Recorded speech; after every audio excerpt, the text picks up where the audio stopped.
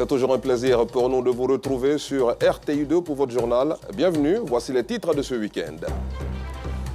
L'escale 225 nous conduira ce soir dans le nord-est de la Côte d'Ivoire, précisément dans le département de Koumfao, pour découvrir la célébration de la fête de l'Igname, une tradition vieille de plusieurs années. Reportage dans quelques instants. À l'international, en RDC, accusée de pollution de l'environnement, une société minière chinoise fait déplacer plusieurs familles à quelques kilomètres de Kolwezi. Bonsoir à tous, merci pour votre fidélité. Place à la rubrique du jour.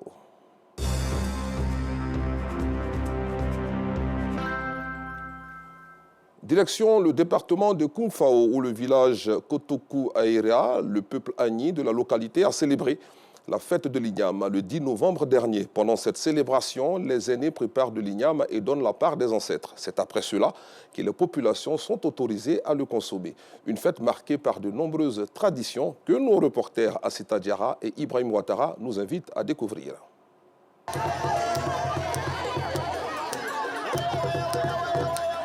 Aujourd'hui est un grand jour pour les habitants du village de Kotokou Aérea, localité située dans le département de Koumfao, à l'est du pays.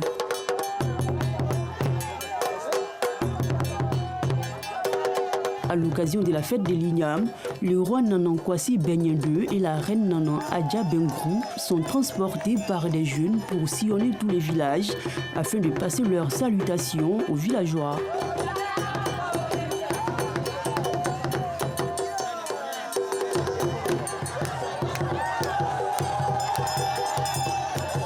Le roi et la reine sont accompagnés par des danseurs, des chanteurs et des jeunes filles habillées en kodo, un morceau d'épagne qui joue le rôle de sous-vêtements.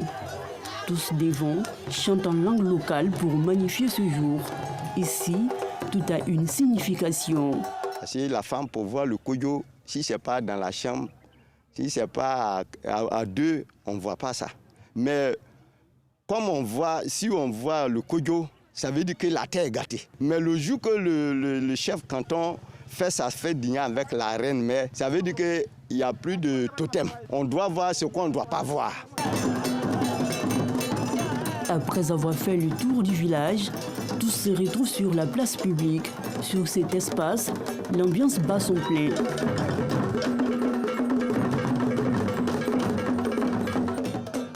Au son des tam-tams, une jeune fille exécute des pas de danse pour exprimer la reconnaissance du peuple au roi.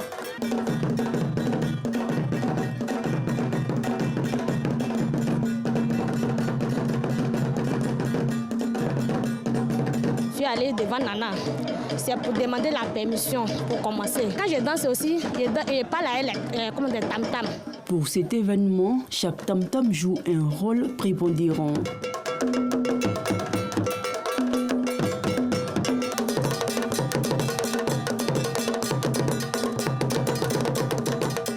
C'est un tam-tam qui est tellement sacré, c'est que dans le royaume que ça sort. Donc c'est pour cela que Sa Majesté, avec sa bénédiction, m'a dépêché d'aller apprendre et restaurer cette danse que vous voyez, qui peut sortir pour accompagner les chefs, les rois. Il y a plusieurs sons qu'on donne. Pendant tout cela, lorsqu'on est en train de ligoter les animaux, là, il y a un son qu'on donne. C'est pour donner aux man, nos ancêtres. Maintenant, à part ça, quand tu danses souvent, on dit non, tout ce que nous sommes en train de faire, ça appartient au chef canton. C'est lui qui nous gouverne. Donc il y a un sens. C'est-à-dire que tout ce que nous faisons là, c'est à son nom qu'on fait. Souvent, le son d'entrée, s'il y a des autorités, les autres chefs qui viennent là, on les accueille avec autre son. Pour dire que là, on nous dit Akwaba.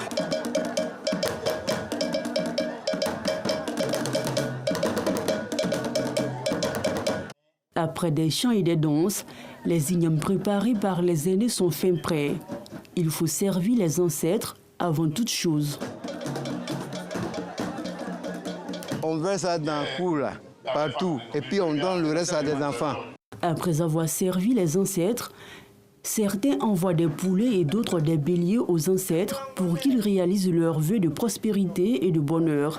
Une occasion pour leurs alliés de leur jouer des tours. Nous sommes les Agni Bona. On fait alliance avec les Bini, les Barbos. Donc les Baoulés, les Abrons. Quand nous, on fait la fête d'Igname, eux aussi, ils doivent venir. Quand tu veux aller donner à la chaise, il dit non, le mouton là c'est à moi, c'est moi, tu vas me donner. Ça veut dire qu'il fait concurrence avec la chaise. À ton tour, tu ne peux pas dire que tu vas refuser. Tu vas lui donner quelque chose. Peut-être soit 1000 francs, 2000. Après avoir réglé la situation, les aînés et les sages immolent les animaux dans cette maison dont l'accès est interdit à toute personne étrangère. Après l'immolation, ils jettent les poulets et lorsque ces derniers se couchent sur le dos, cela signifie que les vœux sont acceptés par les ancêtres. Dans le cas contraire, certaines dispositions sont prises par les sages. Si tu vois que le poulet, on égorge, que ça tourne jusqu'à et puis ça donne un pied en l'air, tu vois que mais j'ai eu bénédiction. Mais si ça couche à un côté, ça veut dire qu'il y a quelque chose. Donc tu dois aller voir les féticheurs ou bien les charlatans pour demander pourquoi j'ai donné mon poulet à mon papa ou bien à mon oncle ou bien à ma maman, ils n'ont pas pris. La fête de l'Igname en pays Agni est un grand événement qui demande la participation de tous les habitants du village et ceux des villages environnants. Toutefois, il faut des jours spécifiques pour cette célébration. C'est un jour fixé pour tous les Agnis. Quand eux ils sont venus, ils ont cherché un jour spécial, un vendredi saint. Parce qu'il y a des vendredis qui ne sont pas saints. Des saints là, ça vient, ça commence lundi, mardi, mercredi. Ça tourne jusqu'au pendant 40e jour du saint de vendredi. On choisit comme un jour de fête d'Igname pour les Agnis Bona à Mangouna. La fête de l'Igname, en plus de son aspect culturel et spirituel, est un moyen pour les habitants des villages de la région du Zanzan de renforcer leurs liens de fraternité et de promouvoir l'union, la cohésion et le vivre ensemble.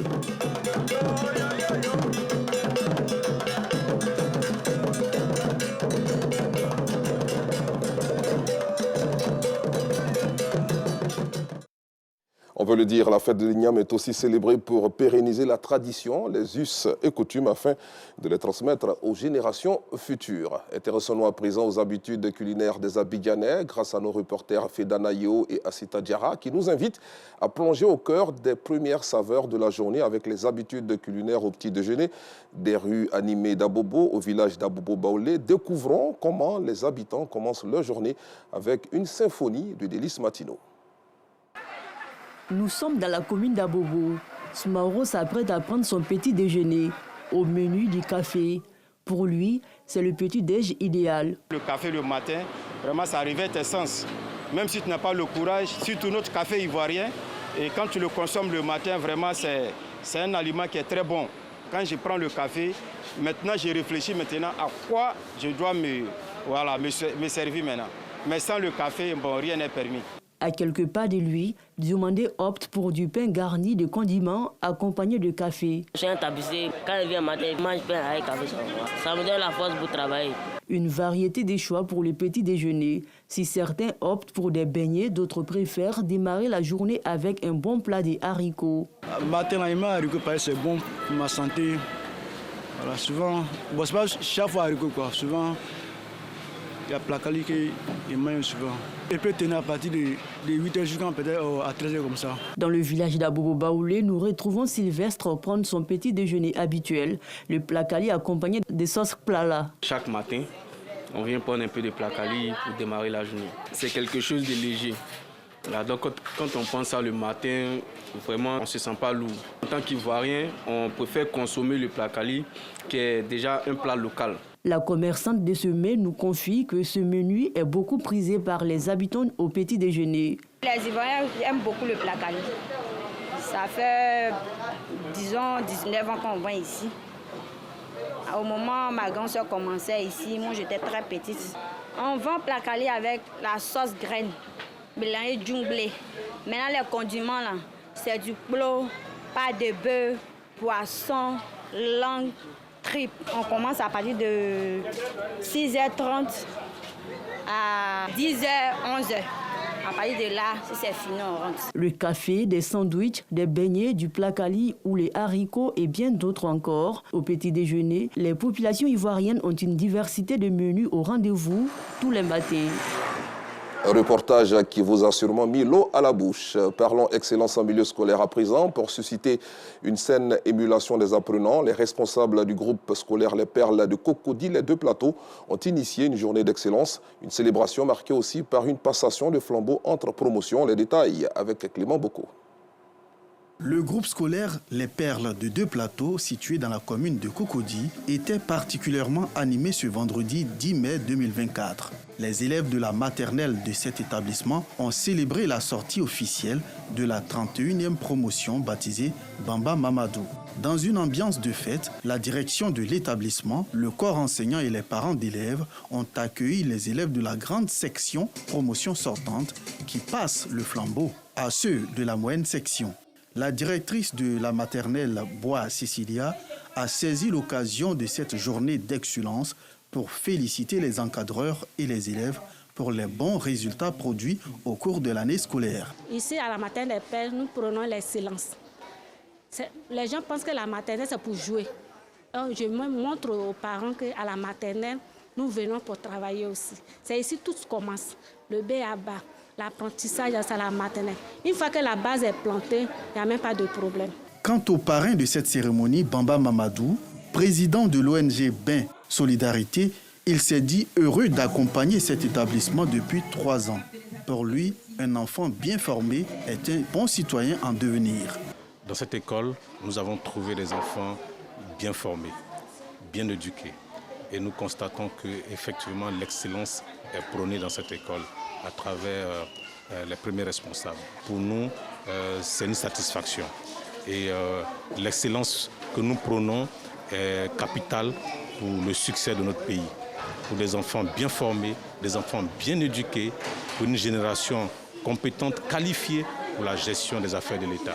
La journée d'excellence au groupe scolaire Les Perles est à présent une institution dans l'établissement qui dépend de la circonscription de l'enseignement préscolaire et primaire de Cocody. Un mot de sport dans cette édition, la finale des activités sportives de la circonscription de l'enseignement préscolaire et primaire du Banco a été organisée hier à Bobo. Une compétition entre le secteur du Banco et celui du Bokabo qui a été le grand gagnant de ce rendez-vous communal, nous disent Aïcha Guiri et Asita Diara. C'est avec le fitness qu'a débuté la finale des activités sportives de la circonscription de l'enseignement préscolaire et primaire du Banco dans la commune d'Abobo. 3 grandes étapes à savoir les cardio-training, les stretching et la musculation. Un entraînement basé sur des pas de danse. Ici, chaque mouvement est un remède pour la santé. L'objectif, c'était de regrouper d'abord tout le monde en transpirant, tout en gardant la santé. Tous les mouvements sont bénéfiques pour le corps et ça nous permet de rester en bonne santé. Après le fitness, place aux différentes compétitions entre le secteur du Banco et le secteur de Bokabo. Les coups d'envoi est donné par les responsables. Le handball est l'affaire des femmes. Une rencontre engage les enseignantes et l'autre les apprenantes. Le football ici est réservé aux hommes. Ils s'affrontent par catégorie. Après les finales, le secteur Bokabo remporte 3 trophées et le secteur du Banco un seul. Les équipes finalistes devaient s'affronter. On avait 4 équipes finalistes du côté des élèves et 4 équipes du côté des enseignants, 2 équipes enseignants et 2 équipes enseignantes. C'est par secteur que les compétitions ont été organisées, par secteur pédagogique bien sûr. Donc ce sont les vainqueurs des secteurs qui se sont affrontés ce matin. Je suis tellement émue, très contente, donc je ne sais pas quoi dire, c'est l'émotion. En tout cas, on a mérité. C'est un jeu, il faut toujours un gagnant et puis un perdant. Donc on a perdu, mais c'est tout le monde qui a gagné et tout le monde qui a perdu. Après une longue période d'enseignement et de concentration, la circonscription de l'enseignement préscolaire et primaire du Banco a jugé bon de trouver une période de détente et de distraction à travers le sport qui, dit-on, est facteur de cohésion. Retrouvons nos reporters Aïcha Guiri à Cita Diarra pour parler cette fois solidarité. L'école primaire confessionnelle Al-Ridwan a fait un don ce samedi pour venir en aide aux personnes vulnérables de l'orphelinat des garçons de Bingerville. Objectif, renfermir les liens de solidarité, de fraternité et unir les enfants afin d'améliorer leurs conditions de vie. Les responsables de l'école primaire confessionnelle Al-Ridwan ont réuni leurs apprenants au sein de l'école pour une sortie récréative. Devenue une institution dans cette école chaque trimestre. Pour ce trimestre, leur choix s'est porté sur l'orphelinat des garçons de Bingerville. Ces jours, les dons sont composés de vivres et de non-vivres. Nous avons voulu faire une sortie de charité. À travers cela, nous voulions transmettre donc un message à nos enfants. Savoir qu'ils ont des parents qui leur mettent à disposition, n'est-ce pas, différents privilèges, notamment les vêtements, les habits, les chaussures, même la nourriture. Il y a des enfants, malheureusement, qui ne bénéficient pas de cela parce qu'ils ont perdu, n'est-ce pas, leurs parents, mère et père pour certains, mère ou mère pour d'autres. Mais d'autres encore qui sont en incapacité en termes de santé par rapport aux parents. Donc nous avions voulu transmettre donc ce message, c'est ce qu'a porté notre choix sur donc, l'orphelinat le plus ancien, en tout cas qu'on connaît, c'est de notre belle Côte d'Ivoire. Notre objectif, c'est d'abord apprendre aux enfants le sens du partage, l'amour de son prochain, et surtout qu'ils sachent que, bien qu'ils aient tout ce qu'ils veulent, à la maison, il y a des enfants qui ont leur âge, qui manquent de tout ce dont eux ils ont. Donc c'est un peu ça, on veut juste leur montrer que beaucoup d'enfants sont dans des conditions un peu compliquées, précaires. Donc qu'ils aient l'amour de leur prochain et le sens du partage. Après l'étape de Bingerville, l'établissement entend visiter d'autres orphelinats, toujours dans le but de donner le sourire à d'autres enfants. Nous parlons culture à présent, à l'instar des mélomanes de la musique de Bob Marley du monde entier. Eh bien, les amoureux du reggae en Côte d'Ivoire commémorent la date du 11 mai, marquant la disparition de la star interplanétaire jamaïcaine. L'espace AZK Live au quartier Blocos dans la commune de Cocody n'est pas resté en marge de cette célébration. Le constat de Yacouba Koulibaly et Clément Boko dans nos prochaines éditions.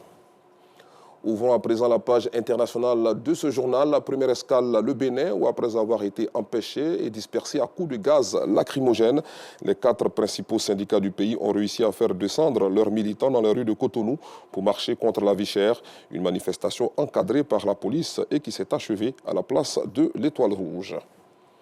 Toujours sur le continent, en RDC, une société minière a enfin décidé de déplacer plus de 1000 familles du quartier Manomapia à Fongourumé, à quelques 120 km de Kolwezi. En effet, depuis plus de 6 mois, cette filiale du groupe chinois CEMOC était accusée de pollution de l'environnement par l'usine de traitement du cuivre et du cobalt. Enfin, depuis hier, les troupes russes sont à l'offensive dans la région de Kharkiv en Ukraine. Kiev reconnaît qu'elle tente de percer ses lignes de défense et affirme que ses troupes résistent. Les habitants de la localité ukrainienne de Voltchansk ont été évacués compte tenu de l'intensité de l'attaque. Une frappe ukrainienne a fait au moins 3 morts à Donetsk, ville occupée par Moscou. Merci d'avoir suivi cette édition. Bon week-end sur RTI2.